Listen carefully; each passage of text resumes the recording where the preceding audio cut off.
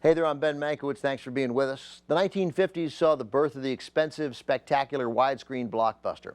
Often these epics featured casts of thousands, and since many of them were set centuries ago, they earned a nickname, sword and sandal epics. They include some important films, Spartacus, The Ten Commandments, and Ben-Hur.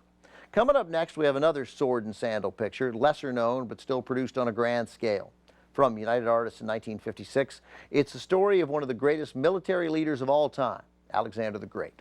In 1956, the Hollywood movie industry was fighting for its life. At least it thought it was. But there's no doubt the business had taken a hit.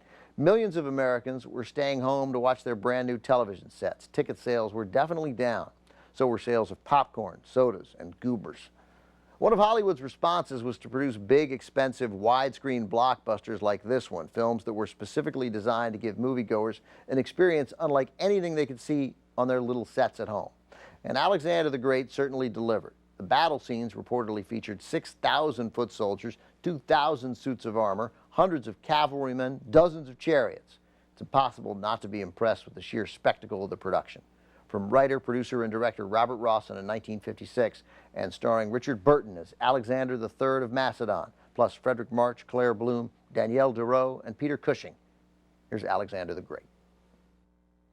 The movie you just saw may have been called Alexander the Great, but there was nothing great about the reviews. The Showbiz Bible, Variety, said, quote, "It took Alexander some 10 years to conquer the known world back in the 4th century BC, and it seems to take director Robert Rawson almost as long to recreate this slice of history on film."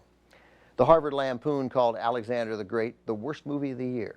But today, seeing it nearly 60 years later, though it wasn't a complete success, neither was it as bad as those reviews suggested.